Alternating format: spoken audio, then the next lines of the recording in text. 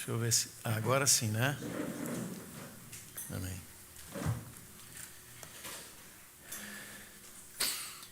Podemos abrir nossas Bíblias no livro de Romanos, capítulo 7. Romanos 7, versículo 22.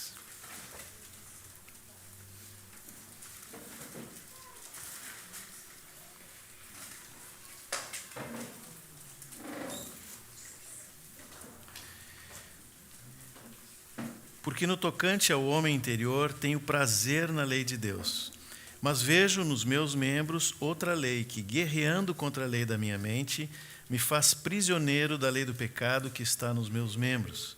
Desventurado o homem que sou, quem me livrará do corpo dessa morte?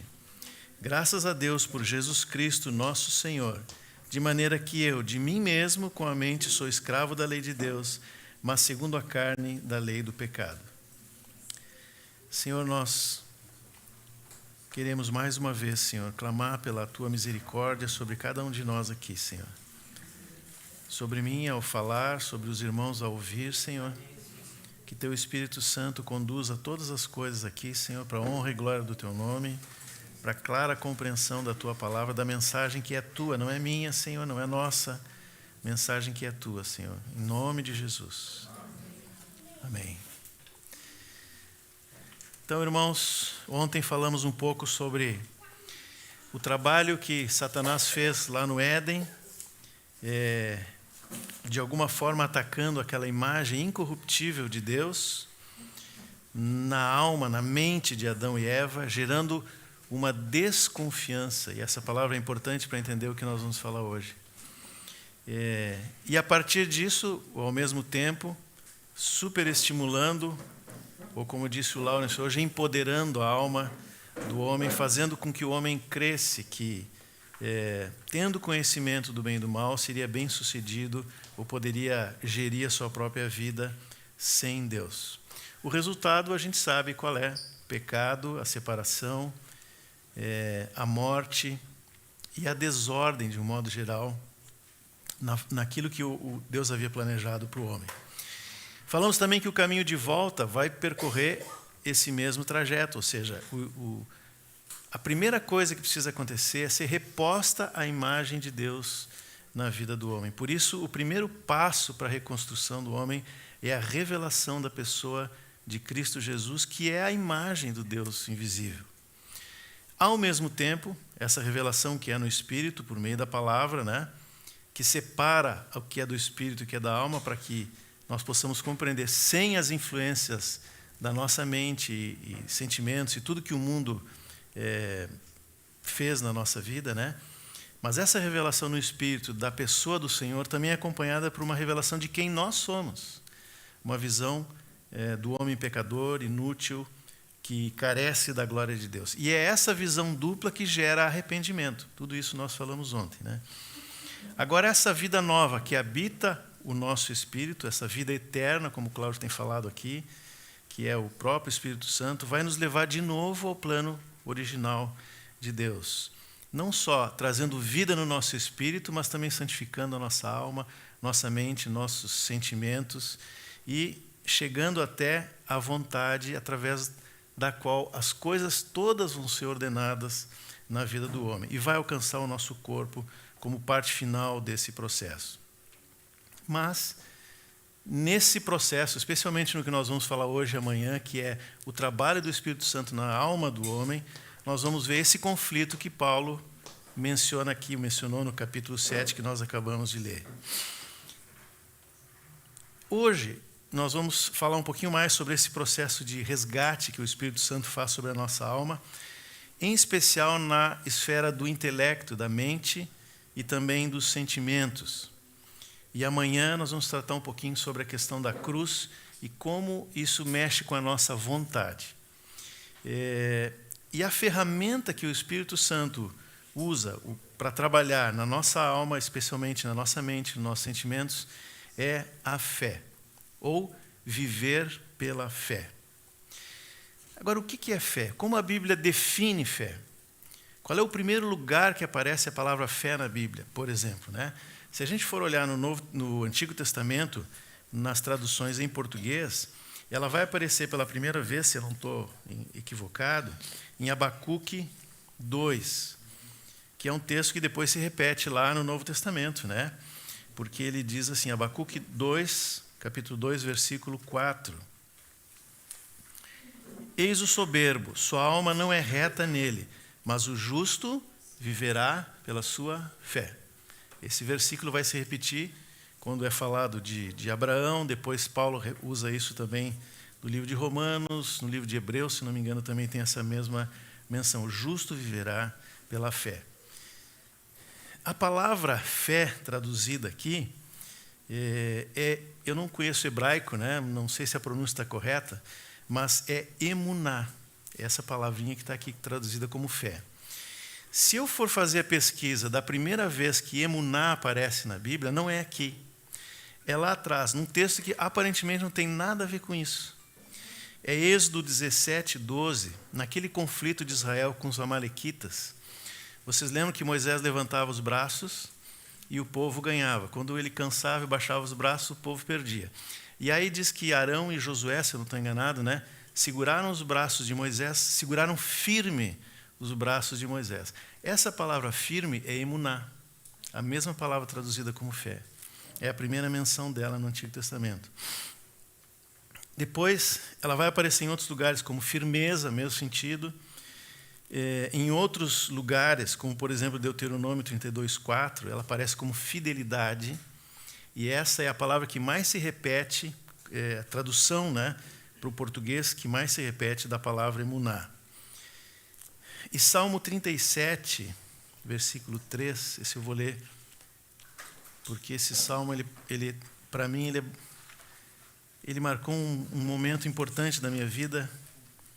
Salmo 37, versículo 3, diz assim: confia no Senhor e faz o bem, habita na terra e alimenta-te da verdade. Verdade aqui é emuná, mesma palavra traduzida como fé. Então vocês podem ver que fé não tem a ver, em primeiro lugar, segundo esses textos que a gente leu no Antigo Testamento, com conhecimento, com intelecto. A fé não é aquilo que nós lemos, entendemos, compreendemos e nos convencemos porque entendemos com a nossa mente. Não é isso, pelo menos pelas palavras que nós vimos. É muito mais a questão da fidelidade, da verdade, a firmeza da verdade e a confiança que nós temos nessa verdade, porque, na verdade, confiamos naquele que é a verdade. E no Novo Testamento, o que é fé? Qual é o texto? O primeiro texto que nós lembramos quando a gente fala de definição de fé no Novo Testamento? Hebreus 11, 1. Isso todo mundo vai dizer o mesmo texto, né? O que diz lá em Hebreus 11? Ora, a fé é a certeza de coisas que se esperam e a convicção de fatos que se não veem. Então, duas palavrinhas de novo, certeza e convicção. Em relação a coisas futuras, coisas que eu espero, que não aconteceram ainda, ou que mesmo estando no presentes, eu não consigo ver, eu não consigo perceber pela forma natural, aquilo que eu não vejo. Mas eu tenho certeza e estou convicto de que aquilo é verdadeiro, eu creio naquilo. Agora, certeza da ideia de prova, né? Se eu tenho certeza, eu tenho uma prova que aquilo realmente está correto.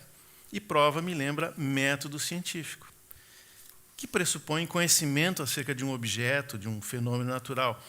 Mas será que fé tem a ver com isso? Claro que não, né?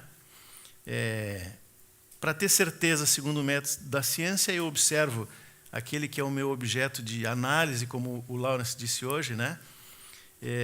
Conheço aquele objeto, aquele fenômeno nos detalhes, vou estudar, vou ler, vou observar, faço algumas análises, hipóteses, faço testes, experimentos, até que eu chego a uma prova.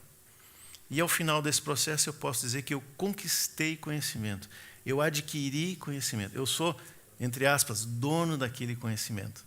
E muitas vezes é dono mesmo, porque até registra uma invenção, alguma coisa assim, né? Esse é o processo científico.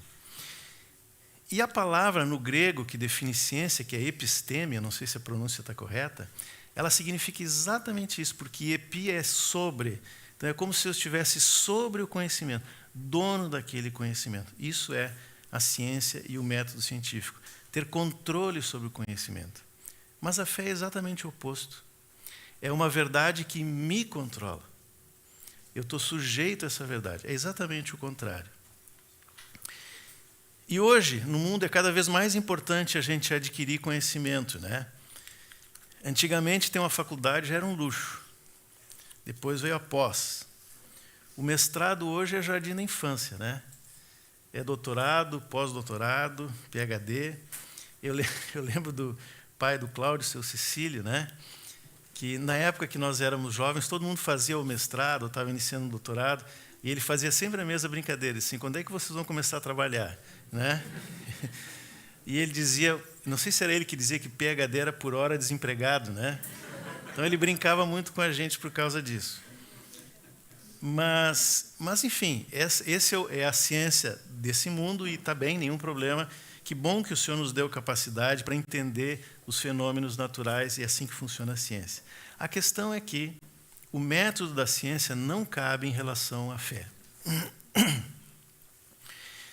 No grego, nós estamos falando do hebraico, né? No grego, a palavra fé é pistes. Talvez vocês já ouviram isso em algum lugar, ou já ouviram alguém falar, pistes, que vai por um caminho diferente da ciência. É claro que há um elemento de compreensão intelectual, porque a fé vem pelo ouvir a palavra de Deus, a leitura. Eu preciso entender o que está escrito aqui, preciso me habituar a ler, conhecer, estudar, sem nenhum problema. Mas essa não é a essência da fé bíblica, mas aquilo que o Espírito Santo faz com essa palavra dentro de mim. Um exemplo claro disso, né, que está nos evangelhos, é que os escribas e fariseus conheciam a lei do avesso, né? Conheciam toda a lei, os profetas, as interpretações, conheciam tudo. Aquele que era a palavra, o verbo, estava na frente deles e eles não criam. Então, o conhecimento por si só não revela fé. E nem a certeza da fé, como eu falei aqui. A certeza da fé não se baseia num objeto, mas sim numa pessoa, como nós vimos ontem, que é o primeiro passo que o Espírito Santo trabalha em nós. Não está baseado em conhecimento intelectual, mas em relacionamento, que é conhecimento experimental. Muito mais em relacionamento do que em conhecimento. Há pouco tempo eu acho que eu estava iniciando a preparar esse material aqui e descobri uma coisa que eu não sabia, que na origem dessa palavra, lá no grego bem antigo, pistes significava harmonia, sintonia entre duas pessoas. Olha só que interessante. Tanto que o verbo pistenem, que é ter fé, é duas pessoas estarem em harmonia. Então, quando eu tenho fé, eu confio naquela pessoa, eu estou em harmonia com ela. Depois, o pistes passou para o latim como fides, com PH, né? E a gente no português usa essa com F, né? Fides. Da onde vem fidelidade, da onde vem fé, da onde vem fiança, confiança. Mas o verbo pistenem do grego não tinha um correspondente no latim. E no latim se usava o verbo ter fé, era o verbo credere, da onde vem crer, ou dar crédito, que mais uma vez a gente cai na questão da confiança. E a gente usa essa forma de falar da fé, né? Quando a gente diz assim, por exemplo, nesse jogador eu tenho fé. Claro que não é nenhum do Grêmio nem do Inter atualmente, né?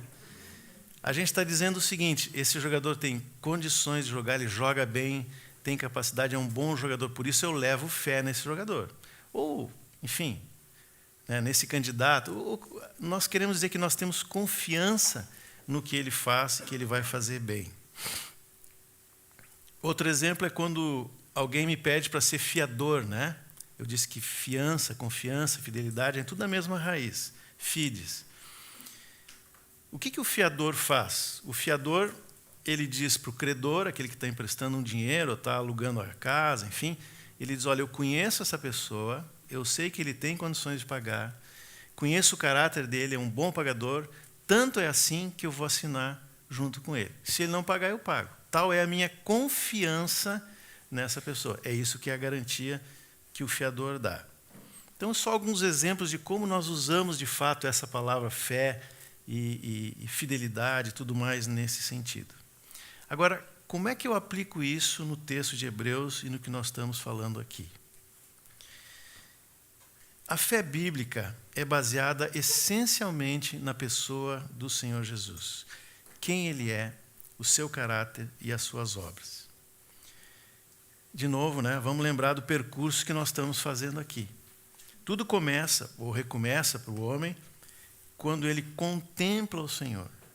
Quando ele vê, por revelação do Espírito Santo, quem é Deus, o Deus que se fez homem, que morreu, que ressuscitou, que é a imagem do Deus invisível, tudo o contrário daquilo que aconteceu no Éden, E também, por revelação, ele vê o seu estado de pecador, condenado, necessitando da graça salvadora.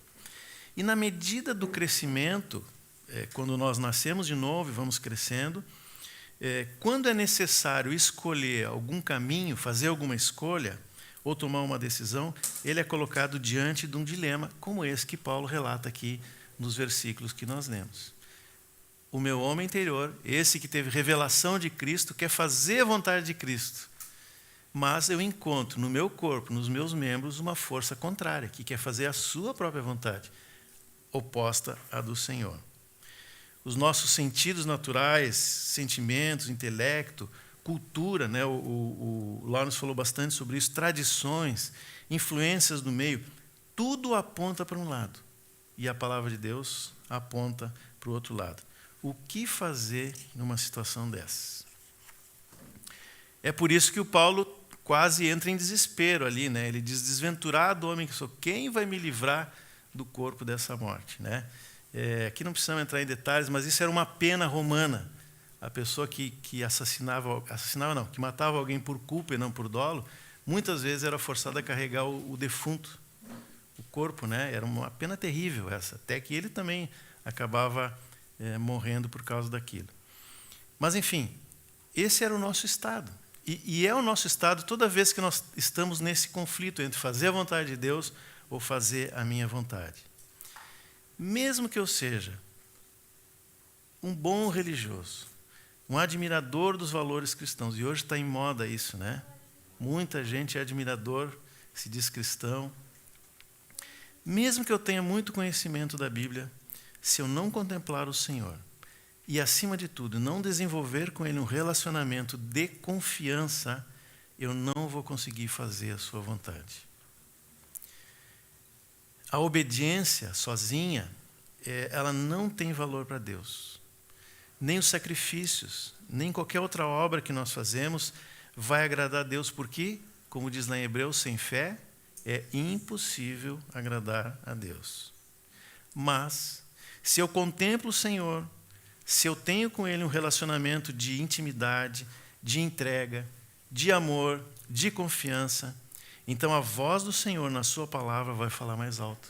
Porque eu conheço Ele, eu confio nele, eu sei que eu posso fazer o que Ele disse, o que Ele disse é o melhor, muito superior àquilo que eu penso que é o melhor. Estão entendendo? Estão acompanhando? Agora, tem algumas frases de Jesus sobre a fé dos homens e até dos discípulos, e nesse particular nos surpreendem um pouco, Porque Jesus diz, eu acho que pelo menos uma vez em relação aos discípulos, ele disse isso, vocês são homens de pequena fé. O que é uma pequena fé? Será que eu posso mensurar? Como é que eu mensuro a fé? Se tem uma fé que é pequena, significa que tem uma fé que é grande, ou ela pode crescer. Como é que a fé cresce? Como é que nós crescemos nessa confiança, na intimidade com o Senhor? Como é que isso acontece?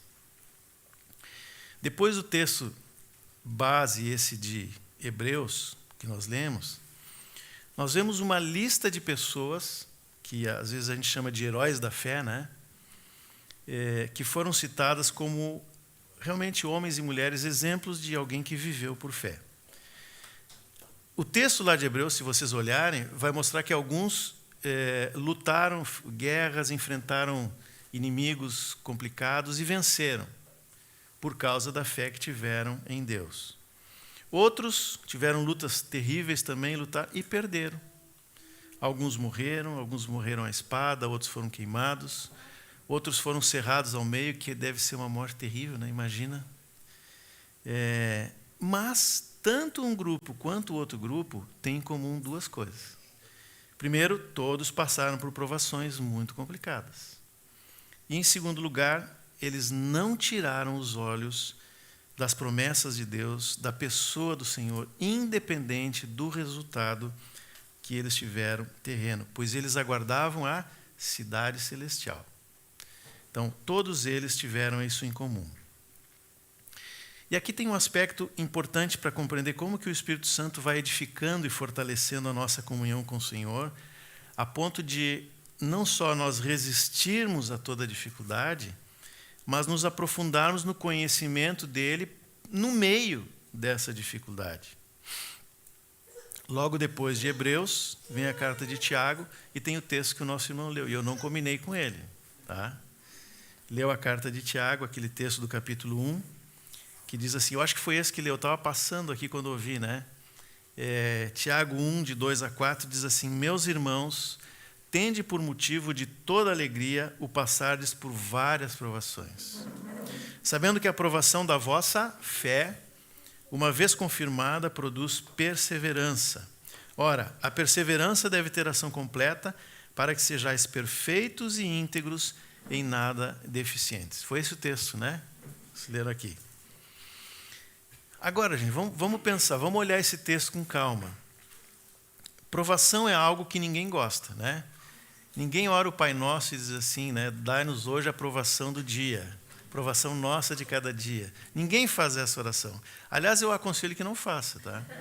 É melhor não fazer. Deixa que Deus sabe as provações que a gente precisa passar. Não precisa pedir. Mas o texto diz que é motivo de alegria, de toda alegria, passar por provações, quando o Senhor provê esses momentos de prova.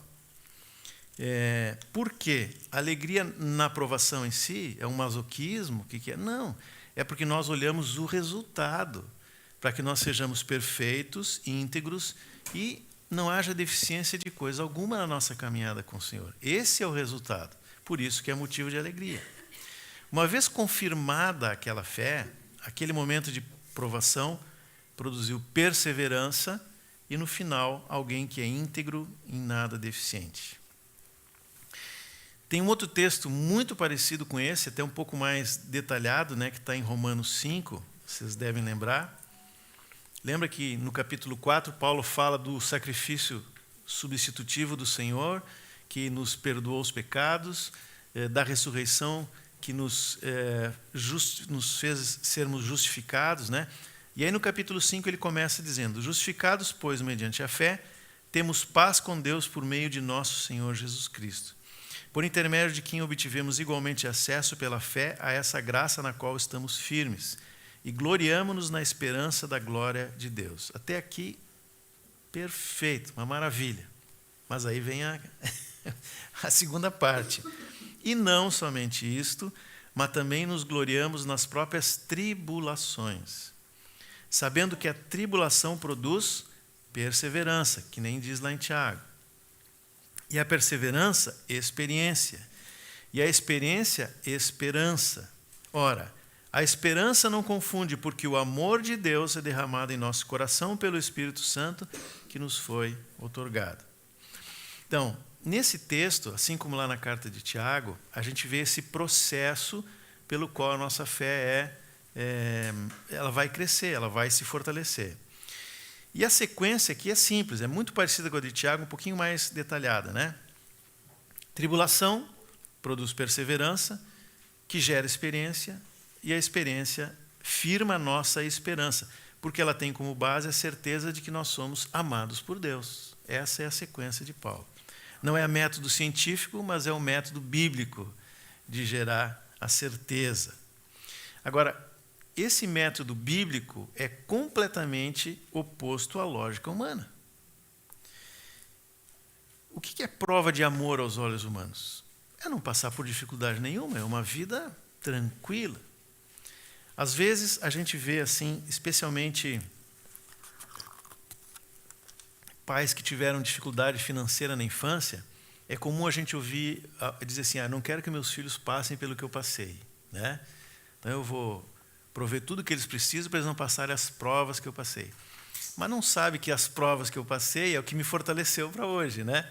Claro que a gente vai sempre procurar o melhor para os filhos, mas é contrário à lógica humana achar que tribulação é uma coisa boa e que vai gerar um resultado bom lá na frente. Por isso que a riqueza, como eu falei ontem, ou algum tipo de poder advindo disso, gera uma falsa ideia de segurança e autossuficiência. Mas no que refere a nós que fomos justificados e somos filhos de Deus, a forma de gerar essa certeza, esse descanso, essa segurança é por outro caminho. A lógica divina é outra. Eu conheço o Senhor, eu tenho comunhão com Ele, eu me sinto filho, sou justificado, recebido na sua casa, logo, diante das tribulações, eu vou confiar que Ele está no controle. Essa é a lógica de Deus, a lógica da fé. E logo, logo, aquela tribulação vai passar. Mas e se não passa? E se ela permanece por algum tempo? E se ela permanece por muito tempo? Essa tribulação, por muito tempo, e a minha permanência em cima da confiança que eu tenho no Senhor, se eu continuo na certeza de que Ele é o meu Pai, de que Ele é o meu Deus, de que eu estou em Cristo, isso vai gerar perseverança. Perseverança. E enquanto eu estou passando por esse período de tribulação, em que eu estou perseverando em cima das verdades a respeito do Senhor e da minha relação com Ele, eu vejo as promessas se cumprirem. Talvez não aquilo que eu tinha em mente no início, mas o que Deus tem para mim, que é muito melhor. Estão entendendo como a fé vai se fortalecendo? Por exemplo, vocês lembram que o Paulo, lá em 2 Coríntios, ele menciona que ele tinha um mensageiro de Satanás, né? Que a gente não sabe se era uma pessoa, se era uma doença, o que era. Mas ele disse que era como um espinho na carne. E olha que incomoda espinho, né? Às vezes eu que moro mais para fora, assim, na área rural, às vezes trabalhando alguma coisa, finca o espinho, aquilo incomoda, se não tira, fica dias. E Paulo pediu para o Senhor: Senhor, tira o espinho na carne. E Deus disse: não, Paulo. Aí ele recorreu: Senhor, por favor, tira esse espinho. E Deus disse: Paulo, eu já te disse, eu não vou tirar. Aí pela terceira vez ele pediu: Senhor, por favor, está doendo muito, tira esse espinho na carne. E o que Deus disse para Paulo, né? Paulo, a minha graça te basta. E o meu poder, ou o poder, se aperfeiçoa na fraqueza. Paulo confiou no Senhor, confiou na palavra do Senhor, e no meio dos açoites, dos naufrágios, das prisões e tudo mais, ele pôde experimentar e saber que isso era verdade, porque o poder se aperfeiçoa no meio da fraqueza. Então, ele havia recebido essa promessa de Deus, e mesmo com o pedido negado, ele viu isso acontecer, e Paulo experimentou a força sobrenatural de Deus. A tribulação gera perseverança, que gera experiência. Paulo experimentou. Essa experiência, ela não é baseada num treinamento ou no passar do tempo, fazer a mesma coisa todos os dias. Não é isso. É a experiência no sentido de eu passei, eu experimentei e vi que a palavra de Deus é verdadeira. Ela se cumpre. Eu confiei no Senhor. A paz que excede a todo entendimento só é percebida por quem passa no meio de uma situação de medo, de turbulência, de perseguição, mas continua experimentando a paz interior, porque ela excede ao entendimento, ela não tem lógica. E assim todas as outras promessas da palavra. A questão não é o quanto eu conheço mentalmente a promessa, nem é um exercício de pensamento positivo, né? Vai acontecer, vai acontecer, vai acontecer. Ou então aqueles livros de, como disse o Lawrence, autoajuda, que eu chamo de livro de auto-engano, né? Que está muito na moda hoje. Não é nada disso, né?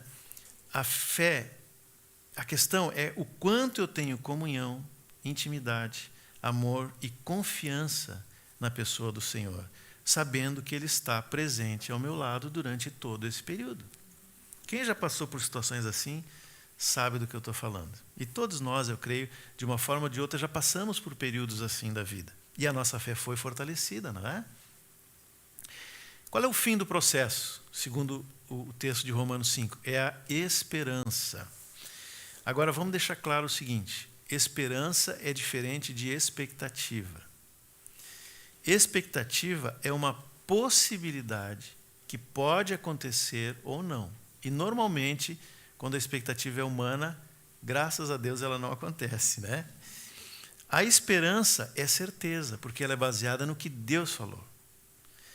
Pode demorar, mas vai acontecer, porque tem uma promessa e tem um compromisso de Deus em fazer aquilo acontecer. Por isso que ela é certeza. Interessante que no direito brasileiro, e acho que em outros países também, existem dois tipos de contratos sobre coisas futuras. Tá?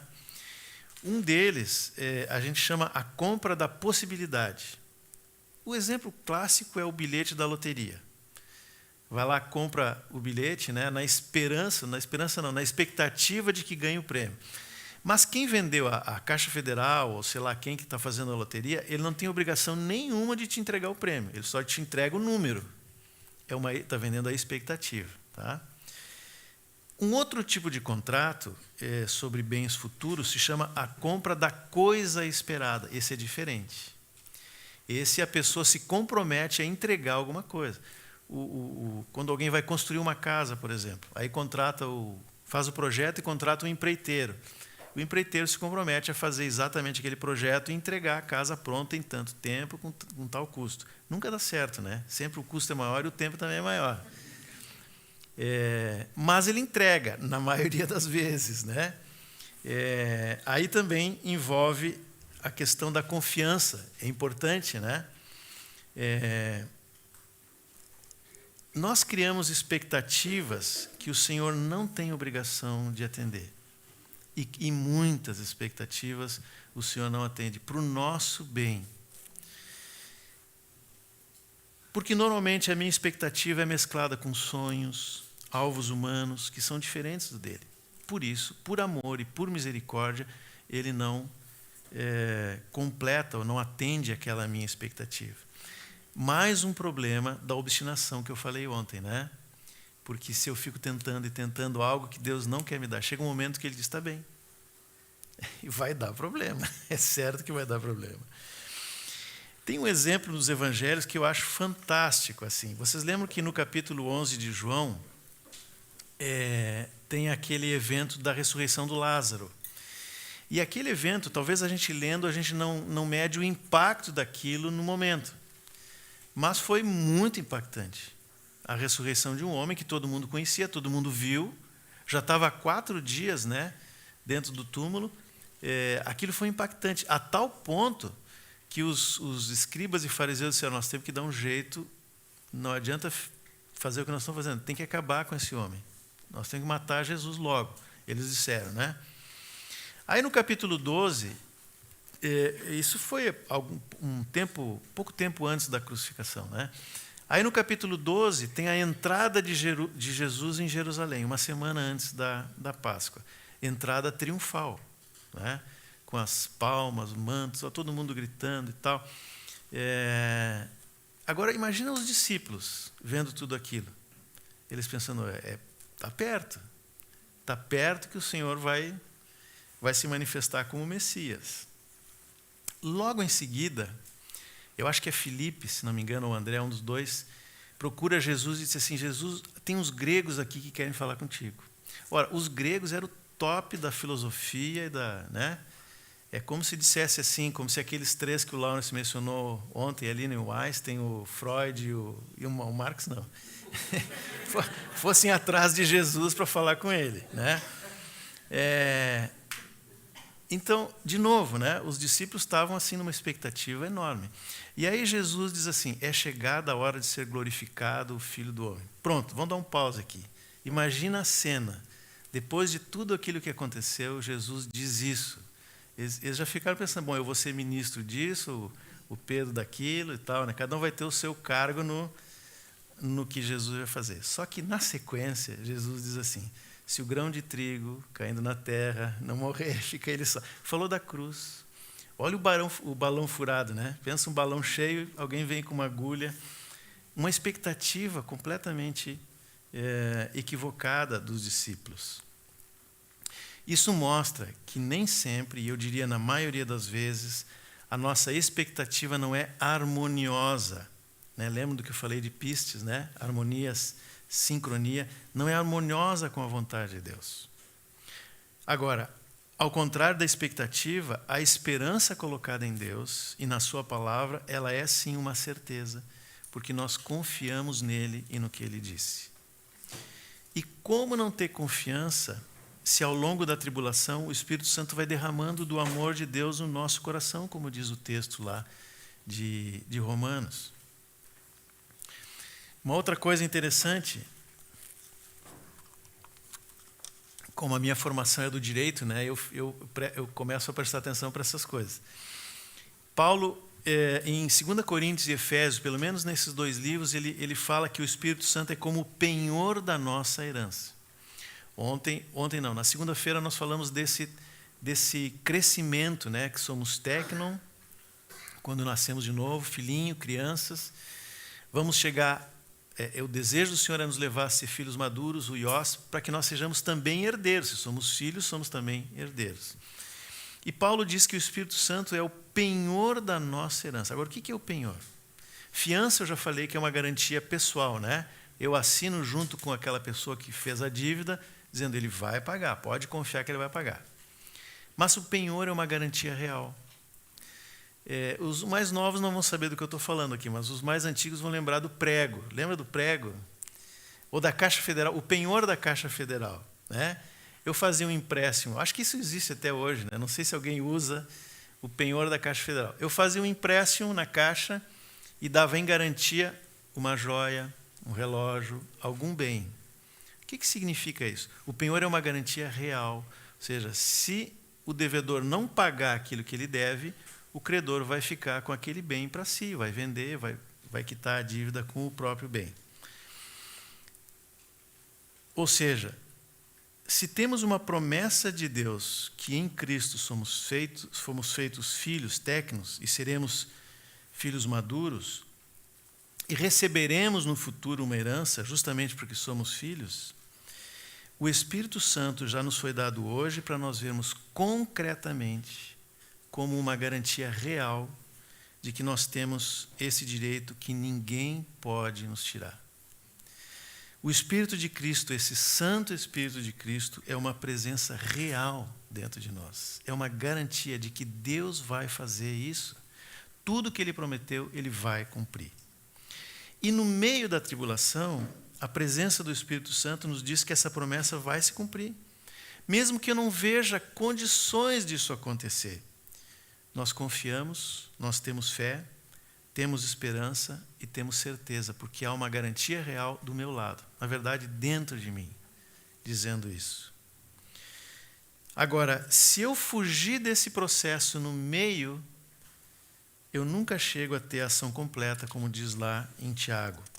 Eu não alcanço a integridade daquilo que Deus preparou. A minha fé se torna ou se mantém uma fé frágil, facilmente desmontada pelas mentiras e pelas ameaças do inimigo. Agora, dizer isso assim, estando aqui tranquilo, com saúde, né, sem problemas, é fácil. Qual a chave para quem está passando por esse processo que possa levar ele até o final, né? Lembrando que há sempre um conflito entre a alma e aquilo que vem de Deus, um conflito na nossa alma entre o que vem de Deus e o que vem da carne. Aí eu preciso continuar a leitura de Tiago. Depois do texto que o nosso irmão leu, no versículo 5 de Tiago 1, diz assim: se, porém, algum de vós necessita de sabedoria, peça a Deus que a todos dá liberalmente e nada lhes impropera. Esse texto vem no contexto da tribulação. Porque é exatamente nesse momento, no meio da provação, da tribulação, que nós precisamos de muita sabedoria. É fácil entender isso, né? Qual é o momento que a gente tende a fazer uma coisa sem pensar? É numa situação de emergência. A gente faz coisas sem pensar. Faz loucuras, às vezes, sem se dar conta. Porque está no meio daquela correria. Mas a Bíblia diz, quando está no meio da provação, no meio da tribulação, pede sabedoria do alto que Deus tem para te dar. O Espírito Santo está conosco para nos conduzir a toda a verdade. E só dele vem a sabedoria do alto. Existem muitas sugestões que vêm na nossa mente nessas horas. Outras vozes da nossa carne, do inimigo, das pessoas que estão ao redor, da cultura, falamos muito sobre isso, né? E todas essas sugestões, no momento de prova ou de tribulação, elas apontam para o meu bem-estar. São vozes que batem de frente com o que diz a palavra de Deus. Vocês lembram do Pedro, né? Quando Jesus começou a falar da cruz, Pedro disse assim, não, Senhor, isso jamais, de modo nenhum te acontecerá. Né? Várias vezes Pedro fala isso. Né? Depois, lá mais adiante, quando tinha que visitar Cornélio, ele é especialista em dizer não, Senhor. Né? Duas palavras que não deveriam estar juntas. Não, Senhor, isso eu não vou comer. Esse era o Pedro. Né? Mas nesse momento aqui em que Jesus está falando da cruz, e ele diz, não, isso não vai te acontecer, Jesus não se dirigiu a Pedro. E nem quis ofender Pedro, né? Ele foi direto na raiz do problema. Ele disse, arreda Satanás. Porque ele sabia que essa sugestão não vinha do Pedro inicialmente, vinha do inimigo. Se aconteceu com Jesus, é certo que acontece ou vai acontecer conosco a mesma coisa. Porque existe esse conflito de vozes na nossa mente e nos nossos sentimentos, na nossa alma, com o objetivo de nos fazer tomar uma decisão diferente daquela que o Senhor quer. Nessas horas, qual voz nós vamos ouvir? Nós vamos ouvir a voz do inimigo, a voz dos pensamentos, a voz dos sentimentos ou a voz do Senhor na sua palavra. Por isso, mais do que qualquer outra situação, os períodos de provação ou tribulação são períodos em que nós precisamos muito da sabedoria do alto. Eu lembro também, vocês lembram dos 40 dias de jejum, em que o Senhor passou no deserto. É uma provação, um momento de dificuldade. O Senhor chegou no limite do corpo humano. Olhando assim a situação do ponto de vista terreno, havia um risco de morte ali do Senhor, né? Por várias razões. Claro que isso não ia acontecer, mas era uma situação de uma tribulação tremenda. E aí Satanás vem com uma tentação que é muito complexa, porque ele parte da necessidade física de Jesus, que era a fome, mas nas entrelinhas tem uma sugestão de que Jesus foi abandonado pelo Pai. Porque ele diz, se tu és filho, é como se Satanás dissesse para Jesus mais ou menos assim, né? Jesus, olha ao teu redor, está tudo deserto, não tem ninguém que possa te salvar, teu pai te abandonou.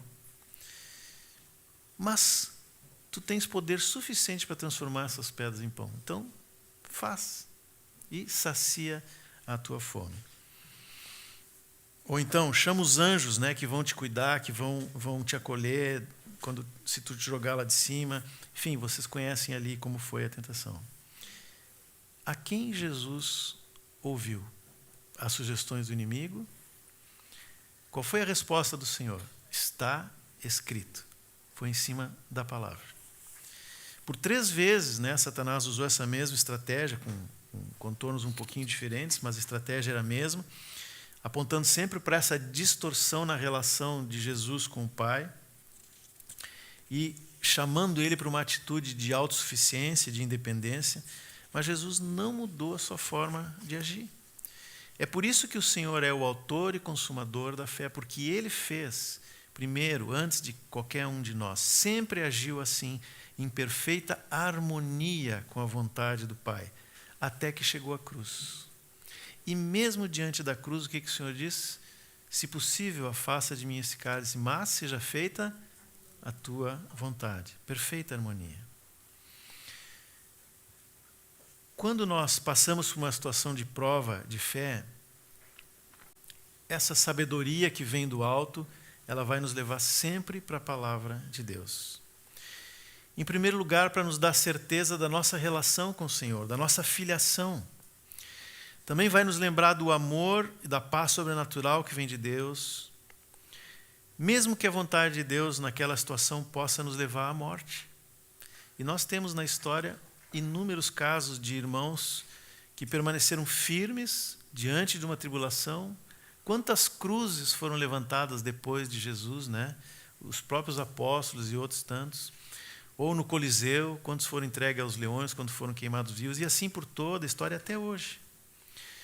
E se não há morte física, certamente haverá morte da minha vontade, o que nós chamamos de cruz, ou operação da cruz na minha vida.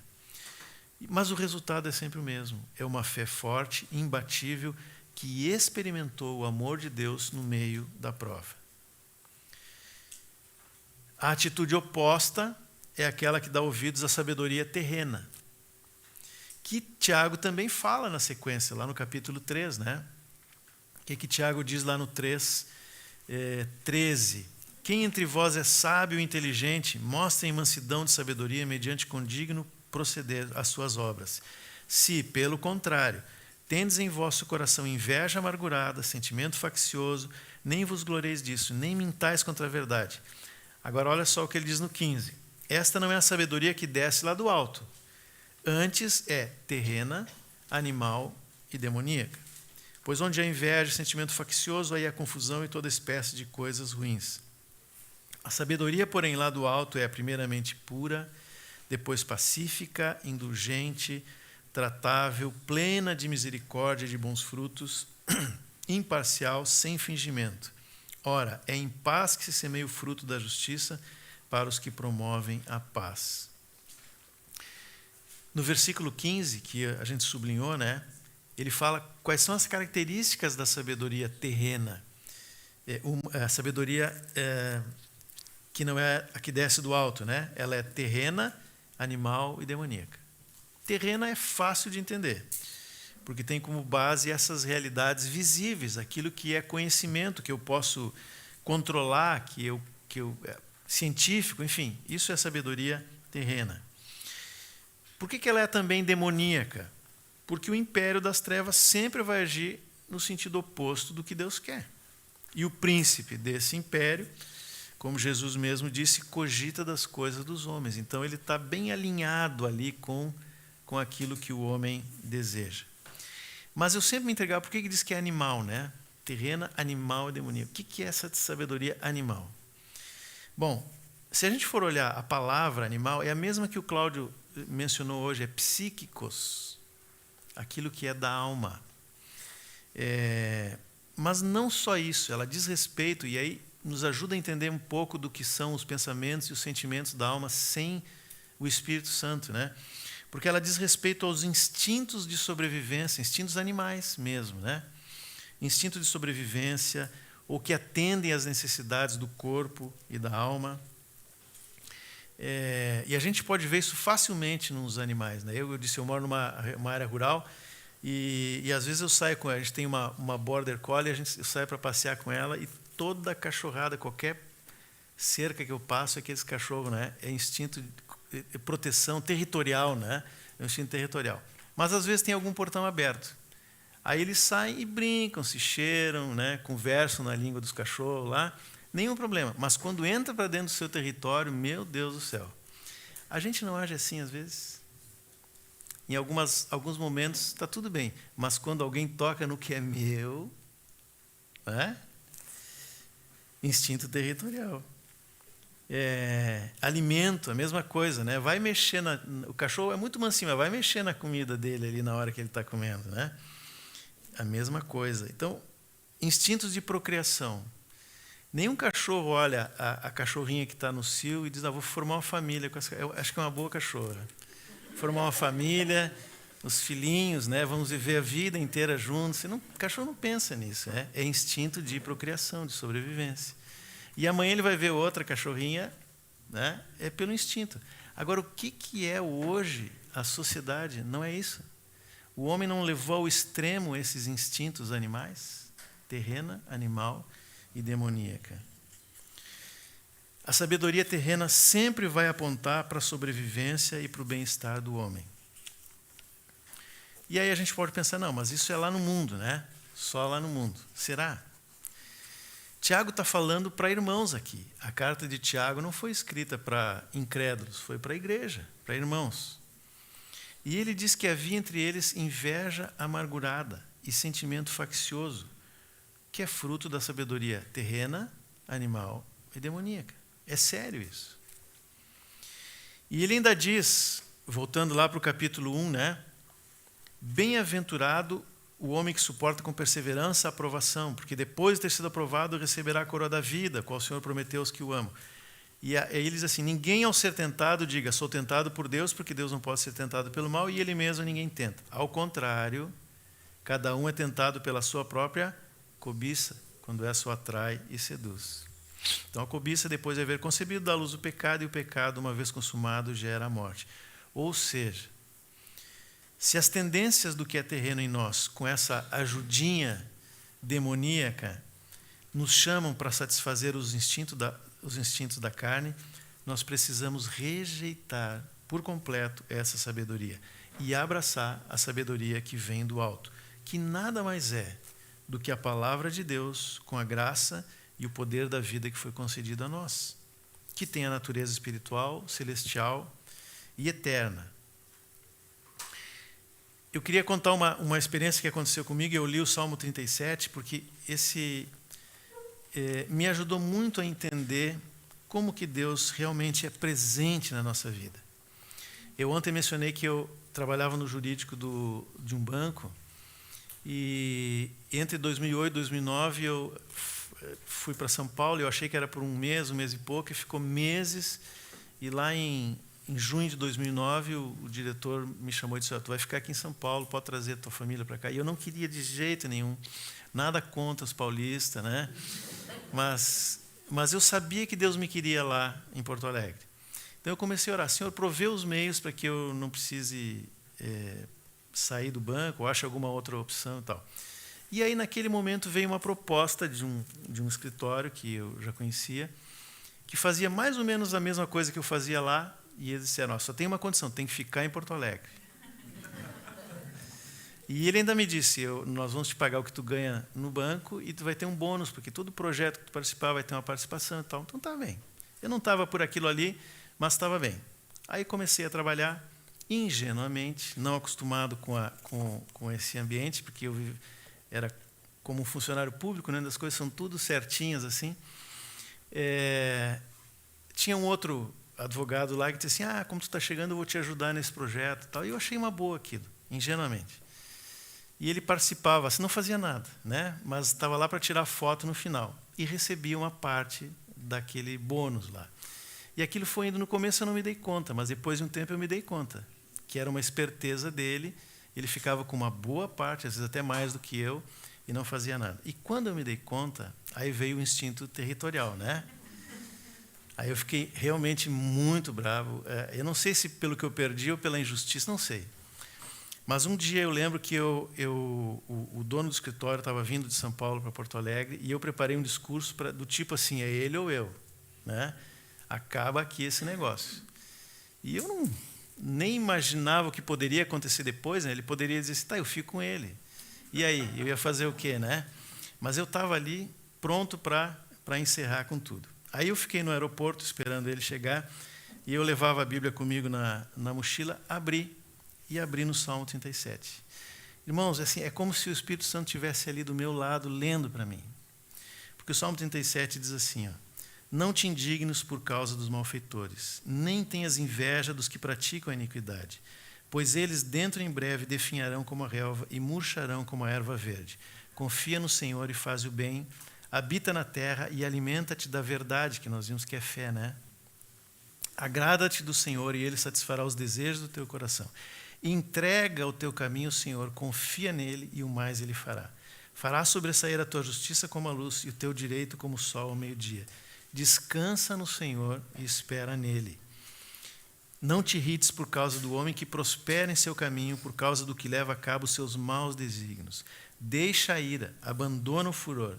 Não te impacientes, certamente isso acabará mal. E aí foi indo o salmo. Aquilo limpou a minha alma.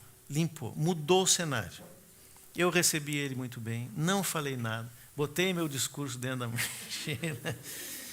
E foi tão interessante porque naquele dia mesmo, nós chegamos no escritório e eu tinha um computador que já estava um pouco velho, e ele olhou e disse assim, esse é o teu computador? É um notebook assim. Disse assim, não está muito velho, tá? Aí ele tirou um MacBook e disse assim, toma, comprei para ti. E aquilo era assim um ínfimo do que eu deveria receber lá dos projetos e tal. Mas era uma forma de Deus dizer, eu estou cuidando de ti, o que tu precisa eu tenho, fica tranquilo. Logo depois aquele rapaz se enrolou, porque ele estava sempre enrolado, o outro, né? Se enrolou, acabou saindo do escritório e o Senhor me chamou para trabalhar em tempo integral com a igreja, enfim, que é o que eu estou fazendo até hoje. Mas o que eu queria deixar de testemunho desse caso é que realmente a palavra de Deus e o Espírito Santo agindo pela palavra, ele transforma a nossa alma. Ele é capaz de transformar os nossos pensamentos, os nossos sentimentos, as nossas intenções. Ele muda. Ele abre os nossos olhos para ver a realidade espiritual. Foi o que aconteceu comigo lá. E outras tantas vezes, certamente aconteceu com vocês também. Por isso essa palavra é para nos fortalecer no sentido de que nós temos no Senhor, na Sua palavra e no Espírito Santo, esse lugar seguro, lugar de descanso. Amém? Bom, eu disse no início que nós íamos falar sobre mente e sentimentos, ou intelecto e sentimentos, né? Falei só da mente aqui, ou mais, né? Por causa da sabedoria que vem do alto, a sabedoria que vem da terra. Mas, na verdade, essa sabedoria que vem do alto, ela trata com tudo, com a nossa mente, com os nossos pensamentos, com os nossos sentimentos. O Lawrence hoje definiu muito bem, né? Ele falou os sentimentos como alguma coisa que é quase uma reação imediata, né? Uma sensação. Eu nem penso, porque o nosso racional, o problema chega e eu vou analisar, eu vou olhar, vou ver o que fazer, mas o sentimento, a sensação é imediata. Ver aquilo ali, bate pronto, né? E às vezes nos atrapalha muito também. Mas tudo isso, tanto a nossa mente quanto os nossos sentimentos, têm que estar sujeitos a essa sabedoria que vem do alto, a ação do Espírito Santo, a palavra de Deus. O texto que fala da sabedoria terrena em oposição à celestial, ele descreve as ações de quem ouve a Deus e não os seus instintos. O 17 diz assim, a sabedoria do alto é primeiramente pura, depois pacífica, indulgente, tratável, plena de misericórdia, bons frutos, imparcial, sem fingimento. A paz é em paz que se semeia o fruto da justiça para os que promovem a paz. Sabe, irmãos, muita coisa do que acontece na nossa casa, na congregação, aonde andamos, se baseia em sentimentos, sensações, percepções contrárias à mente de Cristo. Os sentimentos próprios de Cristo estão descritos aqui, porque a sabedoria que vem do alto é o caráter do nosso Senhor. Paulo diz aos Filipenses, tende em vós o mesmo sentimento que houve também em Cristo. E o que Jesus fez? No texto diz, ele se esvaziou. Agora pensa em que sentimentos que Jesus poderia ter quando os fariseus vinham lhe testar com os textos bíblicos. Ele que é o verbo, ele é a palavra. E vinha alguém tentar pegar o Senhor numa armadilha com a própria palavra, né? E é claro que Jesus muitas vezes ele foi firme na verdade, mas ele poderia ter feito assim com os fariseus, né? Assim como ele parou o vento lá, ele poderia ter tirado a vida daqueles homens, mas ele não fez, ele se esvaziou. Ou a sensação que Jesus teria, os sentimentos do Senhor, seguindo um padrão terreno, que ele poderia ter, mas não teve, né? Quando Pedro negou o Senhor, quando todos os discípulos fugiram, o que o Senhor fez? Ele se esvaziou. Ele perdoou, ele amou. Toda vez que nós damos vazão à falta de misericórdia, falta de um coração pacificador e etc., pode contar que há na raiz um sentimento humano e não sujeito ao Espírito Santo, que sempre nos leva a querer ser e agir como Cristo. E há situações em que a pessoa teria todas as razões do mundo para agir conforme os seus sentimentos. Mas se ela buscar a sabedoria do alto, ela vai agir como Jesus. Algum tempo atrás, eu ouvi o testemunho de uma mulher casada com um homem que depois foi um homem muito conhecido no meio cristão, mas eu não guardei os detalhes. E eu contei isso assim, meio sem saber os nomes, nada, né? E alguém disse assim, eu conheço essa história. E me deu o livro lá onde está a origem. É a história da Polly, que talvez vocês tenham ouvido, esposa do Smith Wigglesworth. Já ouviram falar ou não? Esse homem foi muito usado por Deus no início do século XX, se eu não estou enganado. Mas era um homem que nasceu numa família cristã, como 99% das famílias, né, no século XIX, no Ocidente, pelo menos. E foi crescendo como um religioso lá. E depois casou com essa mulher chamada Polly, eu acho que era um apelido, é um outro nome. E ela, sim, era uma mulher que buscava muito a Deus, que amava o Senhor e que tinha uma vida muito ativa assim na congregação onde eles estavam. E ele era um homem muito rude, muito tosco assim. E ele não gostava de ver ela envolvida com a vida da igreja. E vivia ameaçando ou assim com mau humor quando ela se envolvia com as coisas do Senhor. Aí um dia ela foi para a reunião, foi para o culto, e aquele dia, por alguma razão, se demorou muito, era noite e demorou muito para ela voltar. E ele estava muito irado, muito bravo, ele fechou a porta por dentro e deixou ela do lado de fora. Inverno, imagino que era um clima não era o mais agradável, né? E ela passou a noite toda ali, deitada à beira da porta. No outro dia ele acordou, lembrou e foi lá e abriu a porta. Aí ela levantou, acordou também e disse assim, bom dia, meu marido. Você já tomou café? Não vai para o trabalho ainda, deixa eu arrumar a tua marmita. Ele olhou para ela e disse assim, quem tu é? Quem você é? Quem que ele viu ali? Ele viu o Senhor. Quando nós nos dobramos, a maneira de ser do Senhor Jesus, ele produz algo vivo, poderoso em nós, como aconteceu com essa mulher. Seu marido depois se converteu, se tornou um homem muito usado por Deus, porque ela um dia tomou essa posição. Para concluir, eu queria dizer que, ainda na questão dos sentimentos, né, eu não tenho nenhum problema com a psicologia, com os psicólogos, especialmente os cristãos, não tenho. Mas é uma tendência muito forte da psicologia de hoje lidar com os sentimentos como se os nossos sentimentos estivessem no controle da nossa vida, né? Aliás, tem um filme agora que fala da sala de controle onde estão os sentimentos, né? Como se a vida fosse regida ora por alegria, ora por ansiedade, ora por isso, ora por aquilo. Intelecto e sentimentos devem se sujeitar ao controle do Espírito, porque só a vontade de Deus é realmente boa, agradável e perfeita.